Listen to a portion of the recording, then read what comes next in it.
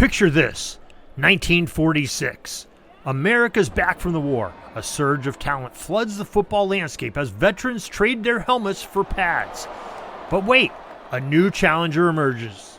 A rival league threatening to establish the order of the NFL. One team navigated the chaos in this electrifying atmosphere, battled fierce competition, and clawed their way to the pinnacle, the 1946 NFL Championship. What were the forces at play? Who were the heroes who emerged? And how did this pivotal year shape the future of professional football? Buckle up, football fanatics, because today we're diving deep into this transformative season with an NFL historian with all the answers. You won't want to miss this inside look at a truly groundbreaking year.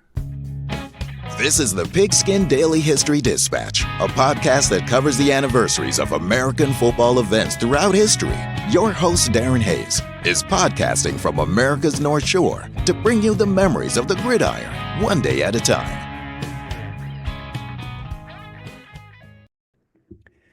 Hello, my football friends. This is Darren Hayes of PigskinDispatch.com. Welcome once again to the Pig Pen, your portal to positive football history, and welcome to another edition of our NFL Championship Series, where we're going to cover all of the championship games before the Super Bowl, which extended from 1933 all the way to 1965. Some great football history, some great players, and we have some great guests, as always, on here to tell us all about it. We're bringing in historians and experts, authors and podcasters to talk about teams that they know very well that won the championship that year. And we are into the 1946 season tonight, and we have a returning guest coming on. Jack Silverstein, the Chicago sports historian, is with us. Jack, welcome back to the Pig Pen.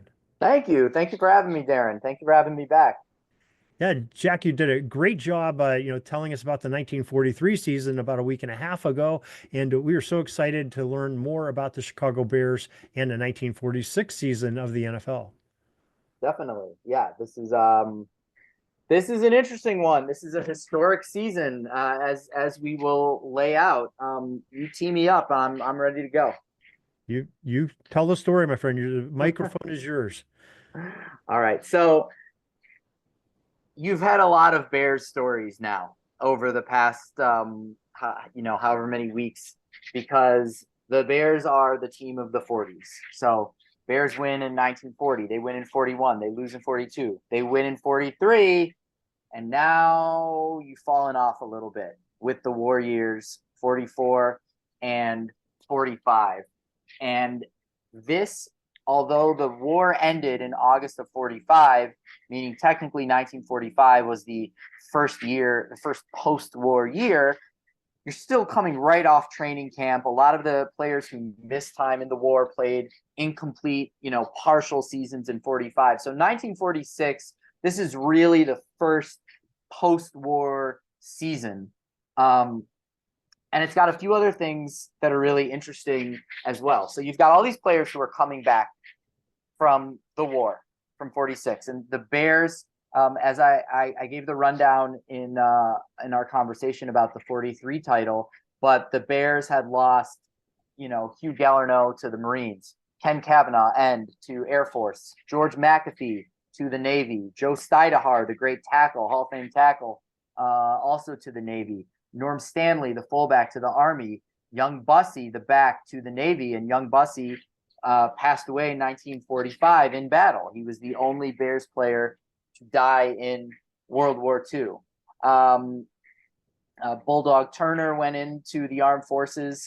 Sid Luckman is one of 4 Hall of Fame players who stormed the beaches of Normandy. So Sid Luckman, he won the championship in 1943. He won what was called the Joe Carr Trophy, which was the MVP award. So he won that in 43. He set the NFL record for passing touchdowns and passing yards for both a season and a game for both of those. So the single season record for touchdowns and yards, the single game record for touchdowns and yards as a passer. And then he goes into the Merchant Marines, and on June 6, 1944, Sid Luckman is part of D-Day. And then he comes back. Lucky just to survive that. I mean, the survival rate is, horrendous, Unbelievable. Lucky just to survive. You're absolutely right. So 1946 then was a very special year for the Bears, and also back was George Halas. One of my favorite types of championships is a dynasty's last leg title, the one that they kind of pulled out where you weren't really sure, it's not going to affect your greatness, but I don't know if you can really do it. So the Celtics in 1969, Game 7, going into Los Angeles and beating a team with Wilt West and Elgin Baylor. The 49ers, well, they crushed in theirs against Denver, but I think a really good one is the Patriots beating the Rams in the 2018 season. That's one where they really clawed it out, and that wasn't a dominant team. And that's the situation, my beloved Bulls, the 98 Bulls. We had no business being champions that year, but we're, the smartest team. We've got the best player. We've got all the heart, the grit, all those intangibles. Those things are real. So here is George Halas, who's now back from the Navy. This is from his wonderful autobiography, Halas and Autobiography, also titled Halas by Halas. He writes, "The veterans came streaming back. McAfee, Osmansky," referring to Bill, the dentist, Kavanaugh, Galarno, never say that right, Turner, Wilson, George Wilson, and Luckman. With all that talent, I lacked enthusiasm for picking up new graduates from colleges. So the Bears had been huge in the draft, which began in 1936, and George Halas was one of the best players in a sense of like being a player on draft day and figuring out trades and scouting and all that. So he's just focused here on his players. And he says, having been in the service 39 months, I knew my veterans would be fed up with petty regulations. George Halas was one of the strictest head coaches and team owners in terms of player behavior, curfews, language, even though he had a blue streak. George Halas, I always laugh when we had Hard Knocks and the McCaskey family said that they asked HBO not to have any cursing, and part of it, they say like we want to honor George Halas. It's like George Halas was dropping F-bombs and his favorite word was cocksucker, and like this man was a menace. All right, excuse me. I don't know if there's any excited you're good. 12-year-olds who little mini jacks. I'm sure they heard worse on the school grounds. That's okay. They probably did. All right. So George Halas says, when the spring training camp opened, I announced all rules were scrapped. Bears were men, responsible men, self-disciplined men, and would look after themselves. At a meeting, I asked, "How do you fellas suggest we dress when traveling as a team?" Someone said, "I think we should all wear shirts and jackets." "Fine, gentlemen," I said. "We will all wear shirts and jackets. Anything else?" Someone said, "A tie." More a question than a fact. I said, "Thank you for the excellent suggestion. Is it all agreed that we'll all wear ties?" More a fact than a question. Silence. "Fine," I said. "It is agreed. We will all wear shirts and ties and jackets. And I assume you gentlemen all insist that shoes be well shined." So George Halas, a real hard ass, or to use an expression of the time, a red ass. George Halas knew that his team had all the discipline that they needed. They're all wound up from having been in the war, and he goes the other way, and he lets them relax. And so I got a question if I could on this. Just to, yeah.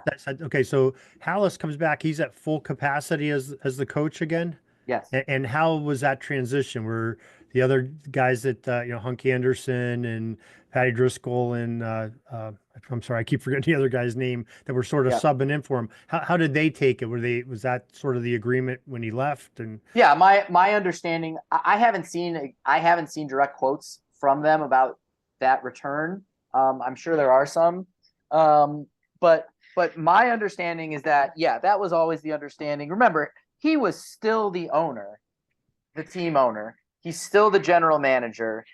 He's still doing a lot. He's not doing as much on his own as he was in the 20s, but he's still doing quite a bit. Still, you just think about the modern attitudes of, somebody two guys coach a team and they win a championship. Right. Okay, the incumbent comes back. I was just making sure that they're okay. We're going to go to Cleveland or something. We're Right. going to AFL or AAFC. I'm sorry, coach a team. Just trying to note if anything like that happened. Well, it's also easier because then the Bears did not have a great 1944 or 1945, and that's nobody's fault. I mean, things kind of just kept, caught up with them. But to the degree that that would have been something that anyone was thinking about, it's not like they were coming off a three-peat, and George Halas he still would have taken back over. Obviously, no one loved to coach more. But no, that's a great question.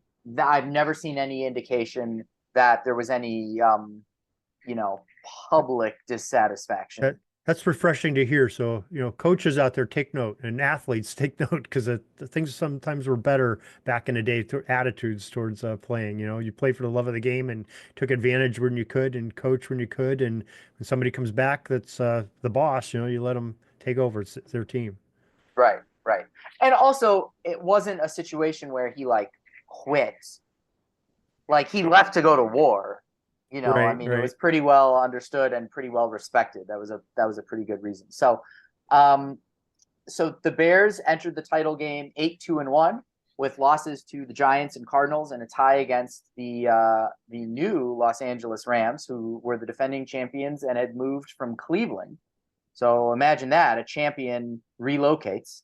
The Giants entered the title game 7-3-1 with losses to Washington, Philly, and the Rams, and a tie to the Boston Yanks. So the 1946 championship, the Bears and the Giants, we mentioned in our 1943 episode that everything was really owned by the Bears, Washington, the Giants, and Green Bay. So this is the Bears and Giants, and they're each appearing in their 8th championship game. Championship's been going on since 1933. Bears and the Giants were in the first 2 championship games, 33 and 34.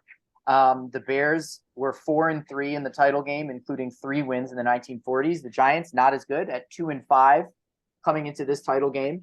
The Bears were also 2-1 versus the Giants in championship games, having won in 1933 and 1941 and lost in 1934. To this point, 1946, only 2 NFL championship games had been played without either the Bears or the Giants. So 1936, and then most recently the year before, 1945. Those are the only championship games to this point that didn't have either the Bears or the Giants. I consider the Giants, the Bears were here in 1920. The Arizona Cardinals go back actually well before that into the 19th century. And obviously in 1920, they were the Chicago Cardinals.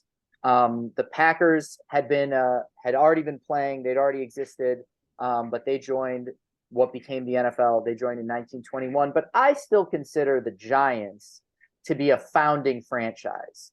They started in 1925. What's 5 seasons between friends, folks, in a league that's lasted a century. And the NFL at that time was starting to move from these smaller cities, Canton. We mentioned Cleveland, but Canton and Akron and other small clubs. Obviously, Massillon was a huge part of the birth of professional football, predating the NFL. And the Bears were in Decatur as the Staleys, and A.E. Staley told George Halas, move to Chicago. Like, you've seen what happened when you played Akron in the 1920 wasn't a championship game. It was like a de facto championship game at Wrigley Field. And so there was this movement in the 1920s into bigger markets. New York was one of them.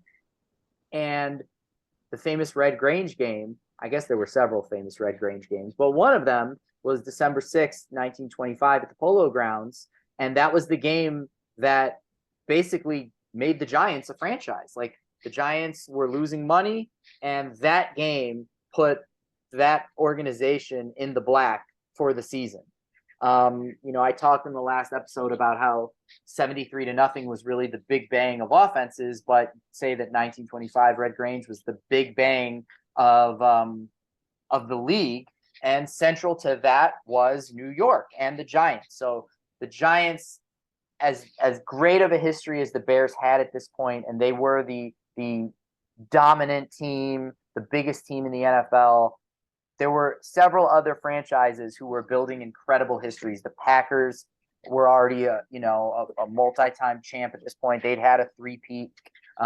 They'd had some other titles as well. Washington had some championships. Both Washington and Green Bay had these incredible passers. They're lifting up the passing game along with the Bears. And then you've got the Giants, who, 1925 Red Grange. When you could say you hosted Red Grange, you're a founding member as far as I'm concerned. They weren't there for those few seasons earlier, but that's okay. I count them as certainly a founding member, more broadly speaking. So you've got this huge game, and you've got a lot of guys with something to prove. The Bears, they're trying to get back to their championship ways.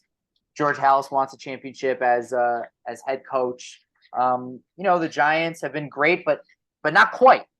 2-5 in the championship game, so they're definitely looking for it. And we mentioned all the players who had missed time due to the war. And I just want to read you this great quote from George Halas in, I think it's 1941, and it shows you how powerful the Bears were as a lineup and how much depth they had. We hear about a lot of these backfield players. So this is how Halas, this was in 42, but it was how he described the 1941 backfield. And he said, we have three solid first teams with backs who are interchangeable. If my first string backs, Sid Luckman, Ray Nolting, Hugh Gallarneau, and Norman Stanley, don't catch fire, I throw in Bob Snyder, Bob Swisher, George McAfee, and Bill Osmanski. And if they don't run, I've got Young Bussy, Harry Clark, Ray McLean, Gary Famiglietti, or Joe Maniasi.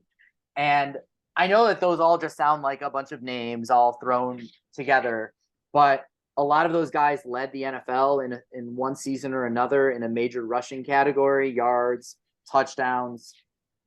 Sid Luckman, obviously we know, Hall of Famer. Bill Osmanski, an all-time great, 699 rushing yards in 1939, and he broke off the first touchdown in the 73-0 game. Great player. George McAfee, Hall of Famer.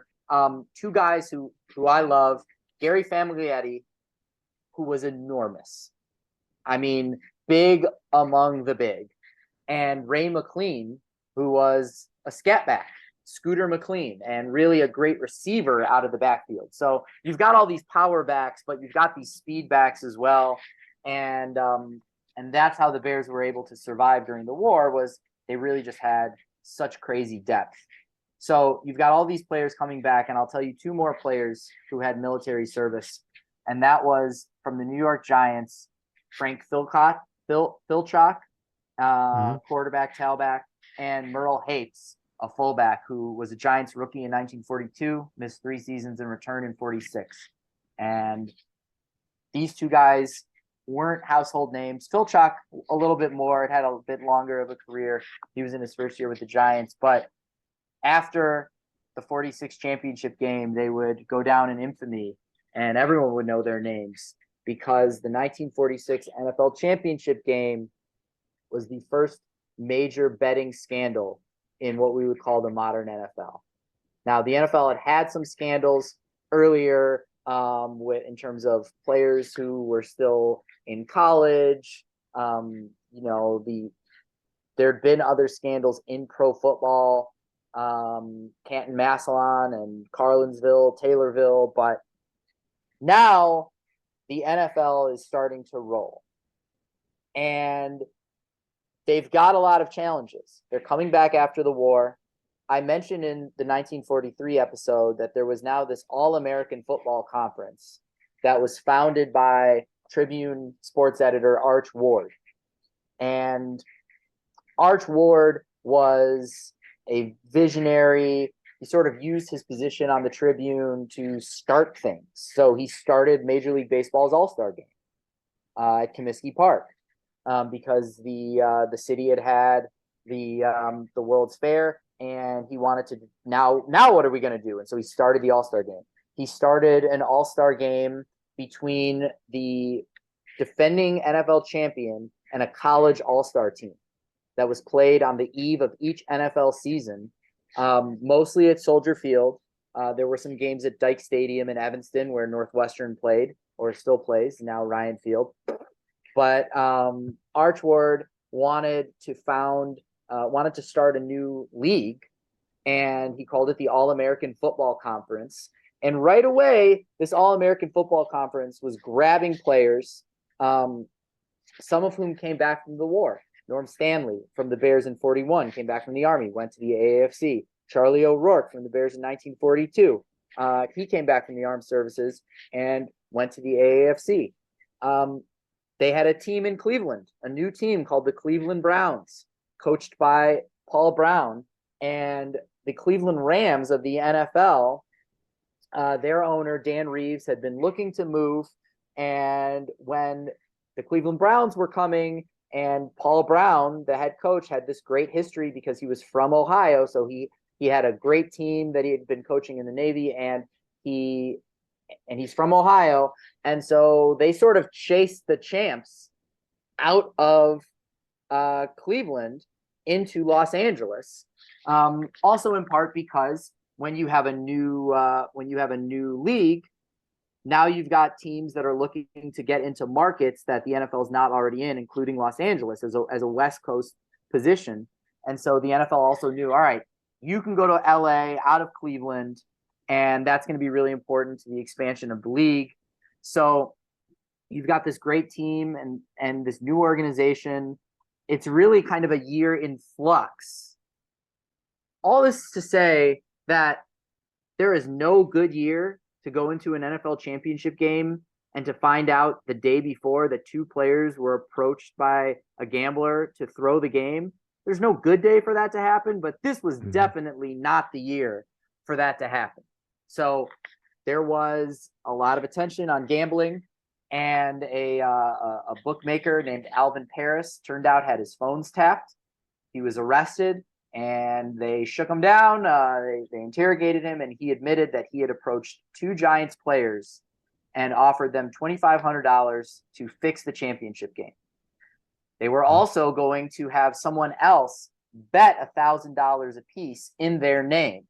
So they were going to get their $2,500, and they were going to get whatever that bet yielded, which was going to be a lot because the Bears were heavy favorites. And the line of the game was moving in favor of the Bears so dramatically that gamblers were starting to watch and go, something is wrong here. Why are we getting all this money on the Giants, which is raising the point spread in favor of the Bears, when these are pretty much evenly matched teams? What's going on here? So they arrest Alvin Paris, and he says, yeah, I said that I made these offers to Frank Filchock and Merle Hapes. And the head of the New York police calls Tim Mara, the owner of the Giants, and Tim Mara comes in, and now the head coach is involved. They get Bert Bell, who is the new NFL commissioner, and Bert Bell brings in Filchock and Hapes independently and interrogates them both independently. They don't know that the other one is there. Hapes admits that he was offered this money, but that he turned it down. Filchock says, no, I don't know what you're talking about. And as a result, Filchock gets to play in the championship game while Hapes is suspended. Bert Bell suspends him. Bert Bell says, that doesn't mean Hapes is guilty. The only thing we have on Hapes is that he did not bring the story directly to Steve Owen, Giants head coach, or any Giant officials. The Tribune called this the worst betting scandal since, not surprisingly, the 1919 World Series, which obviously in Chicago is on everybody's minds still, not that long ago. And so we enter the championship game with this betting scandal.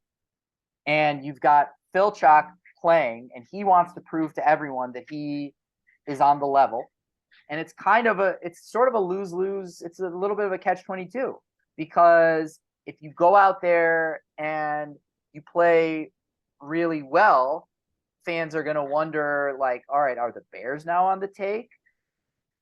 But if he comes out and he plays badly, it's going to be like, oh, I thought they said he could play. He wasn't involved.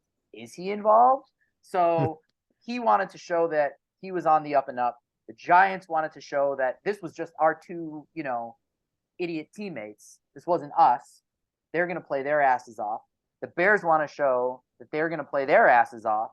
And it's going to be an absolute just beat down of a physical game. And that's what it became. And we'll get to the game in a moment. But Sid Luckman went on to call it the most vicious game that he ever played. Yeah, it's definitely a setup for some trouble when you have all that going on right before the game. And like you said, it's happened a few times in professional football history. The Massillon Canton 1906, which sort of ended pro football in those two cities for a while. The Green Bay and the other ones that you mentioned. And I wrote a book on it in 1903. It was happening there between Franklin, Pennsylvania, and Oil City, Pennsylvania. Built the world's greatest pro gridiron team out of that scandal in 1902. So yeah, the scandal has always been with football, and we still see it today. And we had it in the 60s with Donovan and Alex Karras getting suspended for gambling. So, and now it's sort of like Carol Rosenblum. Oh yeah, Sir. Yeah. And now it's almost, between DraftKings and FanDuel, it's almost, they're one of the biggest advertisers of the NFL. So it's kind of gone full circle, and I guess they've sort of embraced it a little bit. But yeah, they have. But Burt Bell was not embracing it that day. And no. As a fan, you show up to the championship game and word has gotten out, and you're sitting there going, what am I even looking at? What am I watching? Is this game on the level? What's going on here? And now you've got this other league that did pretty well in attendance. The AFC. And pro football is not the kings of NFL then. College is still by far more popular than either of the pro series that are going on.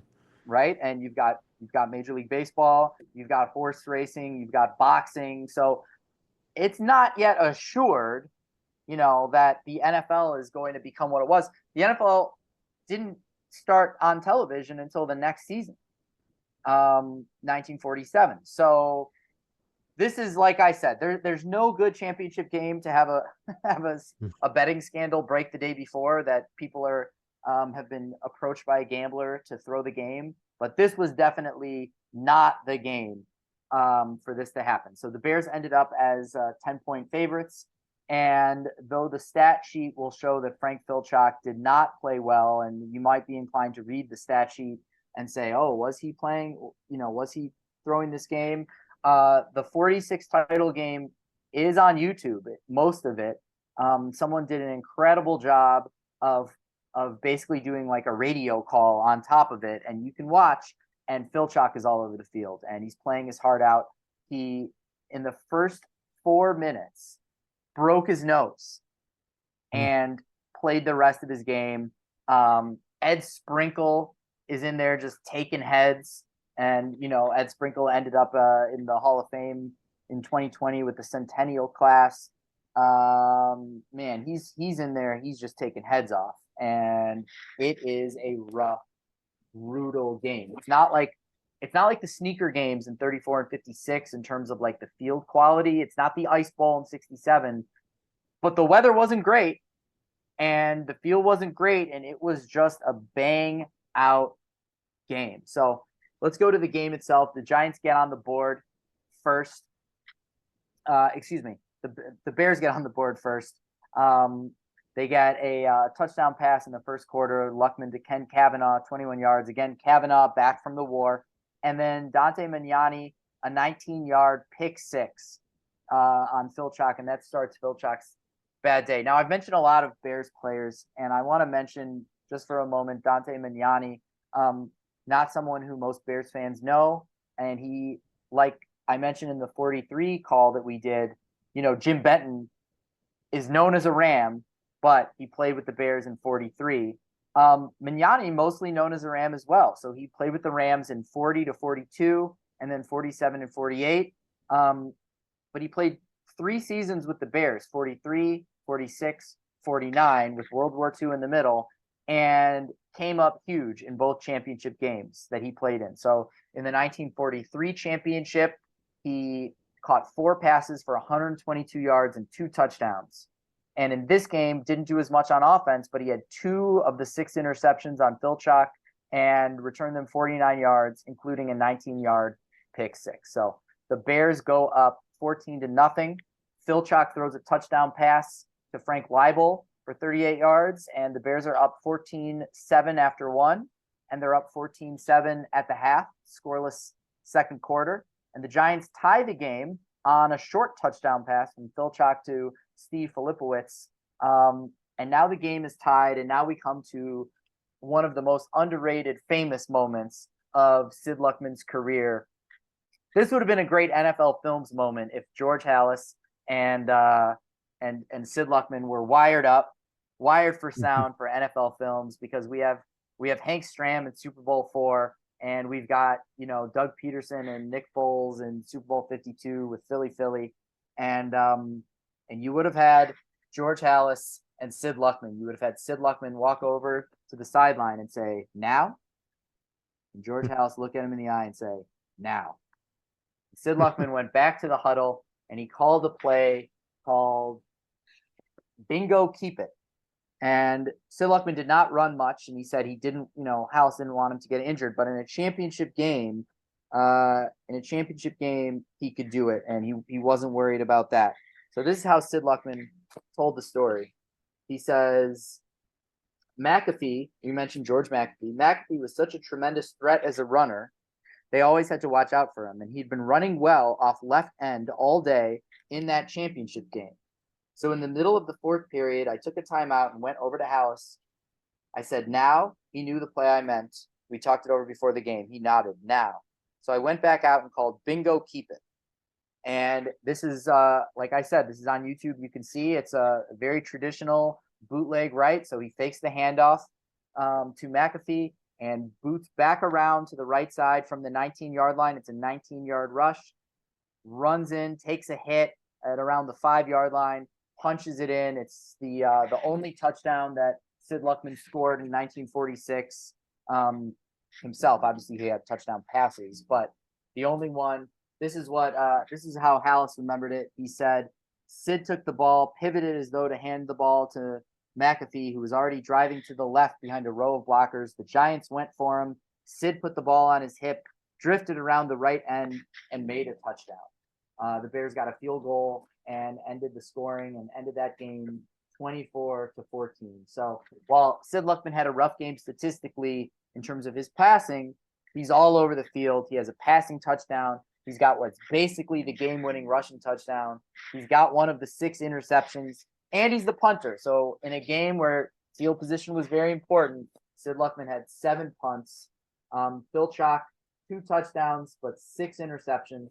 Magnani had 2. McAfee had 2. Sid Luckman had 1. Bulldog Turner had 1. And this is a quote from an anonymous Bears player on Phil Chalk.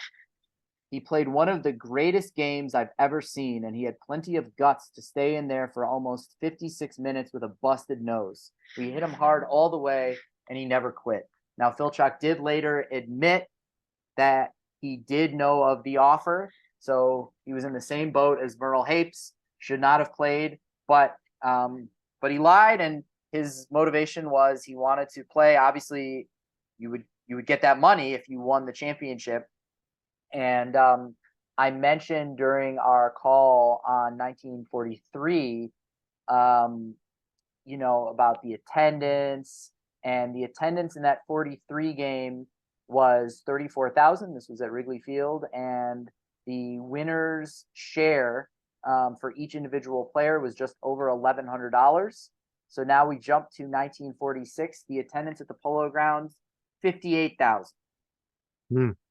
And the winning players received just under $1,300. So little bump in pay, and a bump in pay. And NFL makes a little bit more money. They have higher attendance, and Probably rationally, they probably made more money than the players did, the percentage, I'm sure. That's right.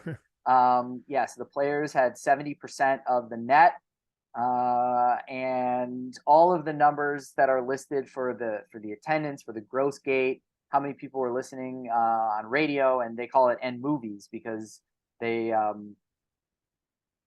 because they weren't on TV yet, but I think this is because they would fill theaters, and Yeah, you could go and listen to. That's correct, right, Darren? yeah, they would do that, but they had the newsreels. They didn't have the local news and nightly news like we have now that you could watch. But you go to the movie theater to see, Clark Gable or whoever's the star at that time, and they have the newsreels going. What's going on in the war, what's going on in sports, and they get to watch that little 5-10 minute clip before their movie comes on.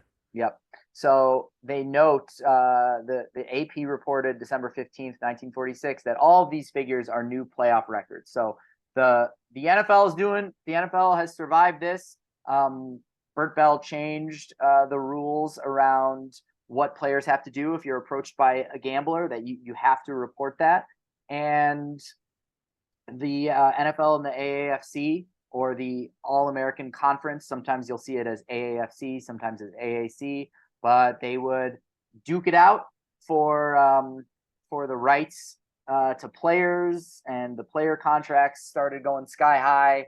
And after 4 seasons, the AAFC folded, and a few teams came to the NFL, most notably from our purposes, the Cleveland Browns and the San Francisco 49ers. There was also a Baltimore Colts team that came and then folded, and then there was a new Colts team. So the Colts team that we have now is not the Colts team from the AAFC, but they had shown that they could support a team, and that's what they did. One last quote here, and this is from Joe Stidehar. Remember, this Bears team, this was kind of the last gasp. Had a shot in 47, and the Cardinals took us out. Had a good team in 48. Again, Cardinals knocked us out. But here's what Joe Stidehar said after the championship. He said, quote, "The most valuable Bear is the old man himself, Halas. We didn't have the best personnel in the league, not by a long way. But George made us into a winning unit. He drove us to a title on psychology and enthusiasm. He won on spirit, the old Bear spirit."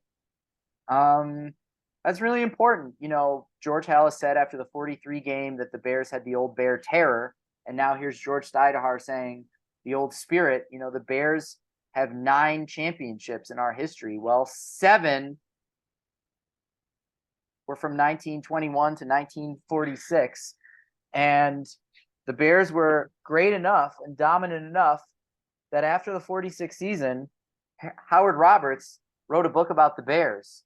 And he didn't come up with some catchy title, and there was no subtitle. The name of the book, all you needed to say, Chicago Bears. Chicago Bears. That's all you needed to say, and sell some books. You know what the book's about. You can read the book by the cover almost. That's right. That's right. So that was the 46 title game.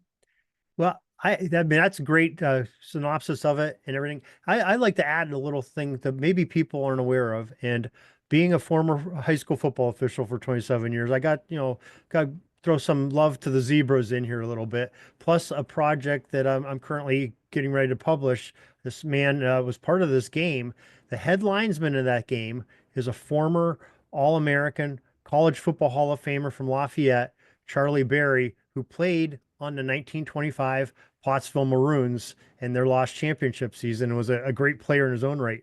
And I see him here as the head linesman. He was also a great Major League Baseball player for the Philadelphia Athletics and some other teams after that. So, yeah, we get to throw. How many times do you see a former player? And I like to.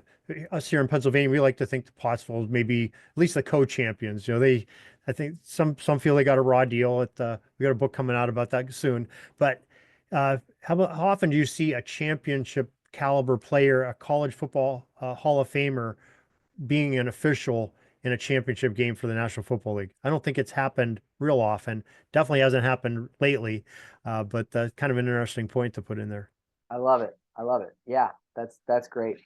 That's great. So, yeah, that would bring to an end the dominant 1940s for the Chicago Bears. Obviously, like I said, we had a good 47, good 48, good little run in the 50s. But in terms of a team that owned a decade, you've got the 49ers of the 80s, the Steelers of the 70s, the Bears of the 40s, Packers of the 60s, the Patriots. Boy, the Patriots almost really owned the 2000s, but the Patriots, to me, that's the greatest dynasty. And I say this with all love to my beloved Chicago Bulls. That Patriot run, that's the greatest dynasty in the history of 20 years American professional sports. Yeah, what they did is ridiculous. But it is amazing. In terms of winning 4 championships in a really, tightly defined time, you've got the Bears are the first ones who did it, and they own the NFL. They owned pro football. They were pro football.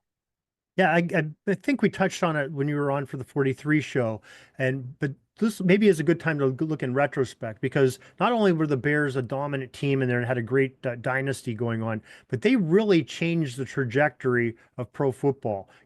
We just said earlier in this episode, college football, there's competition from the AAFC, Major League Baseball, boxing, horse racing. They're all maybe a little bit more popular than the National Football League at that point, but the trajectory is changing and the winds of change are coming on, and a lot of it's because of the decisions of George Halas.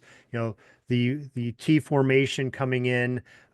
You talked about it last time with him watching films and having film study. Paul Brown adopts that, really takes it to the next level. So professional football players are starting to be professional at their craft. And it's going to get to the point where we have today, where they're full time, and that's all they do is they live, breathe, train, study to play Right. 16, 17 games of football during the season and make a boatload of money at it. You can think they can all go, and we as fans can all go and thank George Halas and these Bears teams, Clark Shaughnessy, for what they did in the early 1940s, late 30s, to what sort of took us to today. Yeah, George Halas is a visionary, and those early Hall of Famers who wore multiple hats, they got into the Hall and they were called like player, coach, owner, or founder. George Halas is a Hall of Fame owner. He's a Hall of Fame general manager. He's a Hall of Fame head coach, and he's an All-Pro player. I don't think just on what he did 1920 to 1928. I don't know if he's necessarily a Hall of Fame player. He did make the 1920s all-decade team, although there were some questions about that. And John Turney did a revamp of his 1920s team, and he removed Halas, which I agree with. But Halas was an All-Pro player, and he was Hall of Fame in each one of those other spots. I mean, he saw the future, and he made the future. And he was early adopter on TV and radio, making deals with stadiums, making sure his team had a good cut. You mentioned what he did with film study. He changed how practices work. He changed how the Bears changed how weight training works. This was later. Obviously, the Bears changed how offenses worked, and really attacked the colleges to make sure that the NFL was becoming on the level of colleges, and going after Red Grange when I would say George Halas wrote rules, and then he broke those same rules that he wrote. He lived on that knife's edge, especially earlier in his career, the 1920s. He was always on the edge. From the Staley swindle to talking Portsmouth Spartans into playing a de facto championship game, which they really didn't have to play. But he always did things to try to get his team in position to be there at the end to claim that title and the trophy for the National Football League champion. Yep. And you got to give him that. And he took that to the next level. I think as he got older, took that competitive spirit into more in between the lines of the rules, I think, more so, and just changed the game for the better. And where would we be without George Halas and his contributions? Right. And hey, the Staley swindle, that's just smart thinking. It was. That's just George Halas being more gung-ho about championships than Buffalo. I got some folks. I don't live too far from Buffalo. I got folks in Buffalo that may disagree with the history on that, but as a matter of fact, Ken Crippen will probably argue with you on that, who I know you know. So but it's hey, if it's not controversial, we're not talking about it 100 some years later either. So that makes it interesting to me. But what is interesting is all the passion that you've thrown in here to these two Chicago series. We've been really blessed here on the show having yourself, your cohort, Jeff Burkus, and also Joe Ziemba talking about these Yes, championships. And you guys have brought so much passion and brought so much of that history and brought the players back to life into our modern times. And we really appreciate that and preserving the history, what you do. And we talked a little bit about some of your projects and your book that you have over your shoulder there. You talked about, the first history. Why don't you tell us a little bit more about it? What can somebody that buys your book and reads it, what can they find in there that you want them to get out of that? definitely. So this is Why We Root: Mad Obsessions of a Chicago Sports Fan. This is a photo that my friend Ben and I took out front of Wrigley in January of, I don't remember now if it was '08 or '09, but it was the first week. That is real snow. That is real look of terror on my face because it was so damn cold.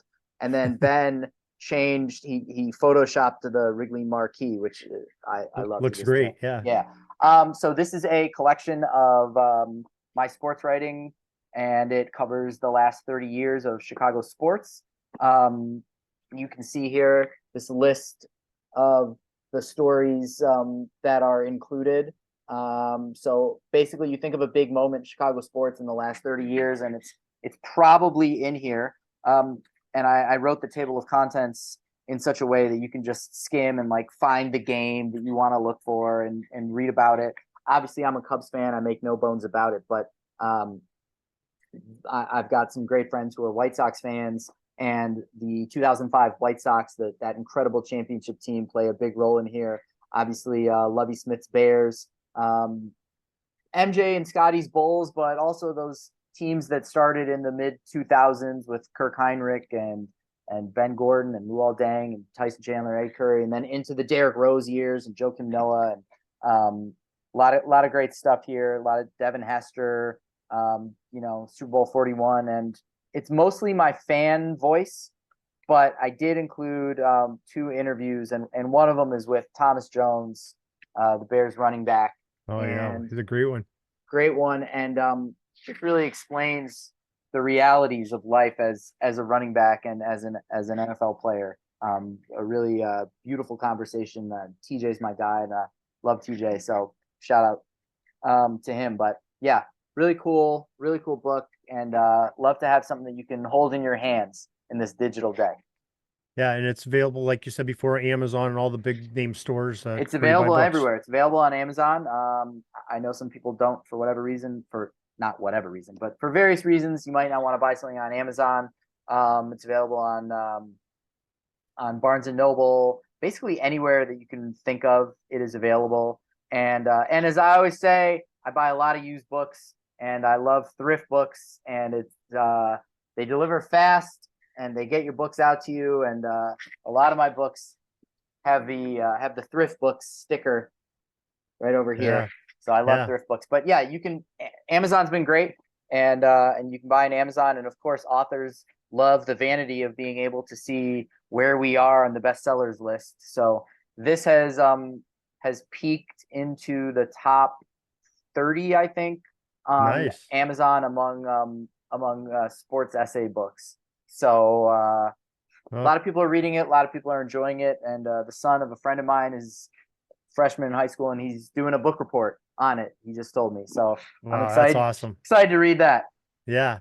Well, Jack, we really appreciate you coming on here today, sharing your passion, sharing your knowledge, and helping us understand the 1946 season and that great Chicago Bears dynasty, and sort of coming to an end with this season. So we appreciate that, and all the stuff you did telling us about George Halas too is tremendous.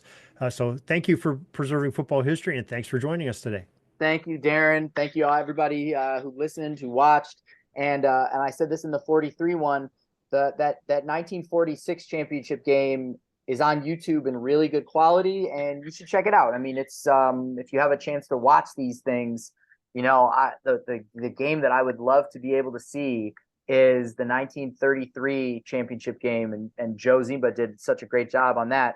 And the last play of that game, Red Grange made one of his greatest plays ever in his career, because the Bears led by 2, and the Giants threw what was going to be a hook and ladder, which was very popular. Not quite a hook and ladder, but it was a pass, and the ball carrier was going to pitch it to Mel Hine, and it was just it was just Red Grange, and Red Grange, instead of trying to stop one or the other, he tackled Dale Burnett around his chest so that he tackled the ball so that Burnett couldn't pitch the ball.